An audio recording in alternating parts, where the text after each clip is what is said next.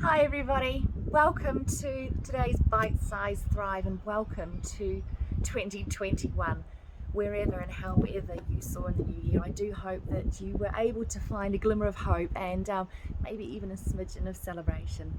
So this week in our Bite Size Thrives, I'm looking at the concept of self-compassion. As we begin the year, I think self-compassion is one of the most important things that we can focus on. To start the year with an intent for greater well-being, intent for self-love, self-care, and intent for feeling better, more enlivened, and more hopeful about the world.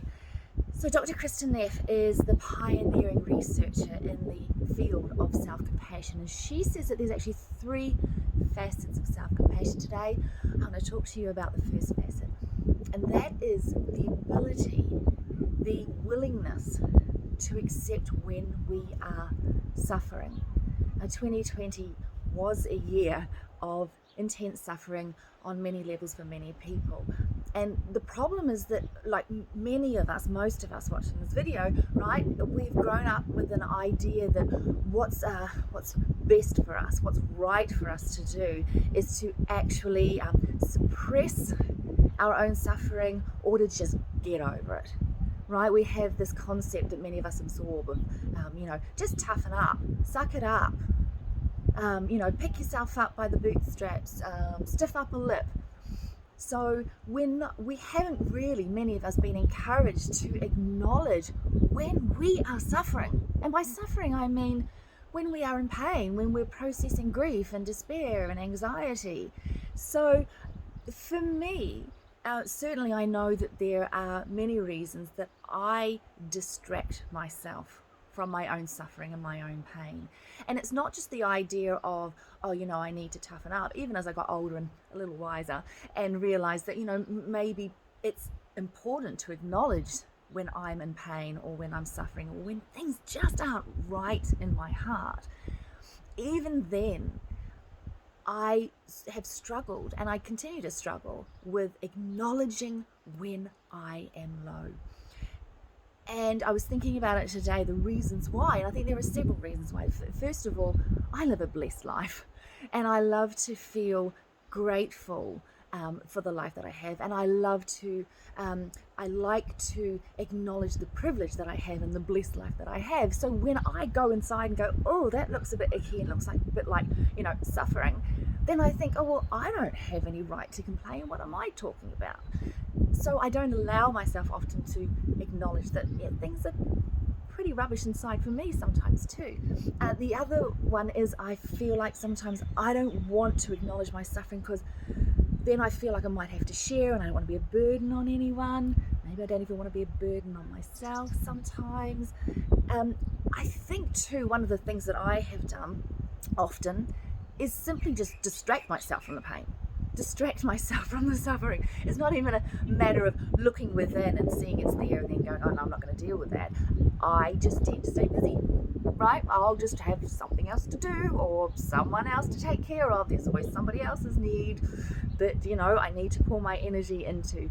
So I know for me there are several reasons, these are the little thoughts going on in my mind, several reasons that I don't stop and acknowledge when I'm hurting, when I'm in need of some care and some support and some self-love and self-compassion. And I'm sharing that with you today because what I would love for our focus to be the next couple of days is step number 1 in this process of self-compassion. And I invite you, I encourage you to join me over the next couple of days and just check in and allow yourself, give yourself permission to be feeling a bit low. Give yourself permission to be not okay if you're not okay.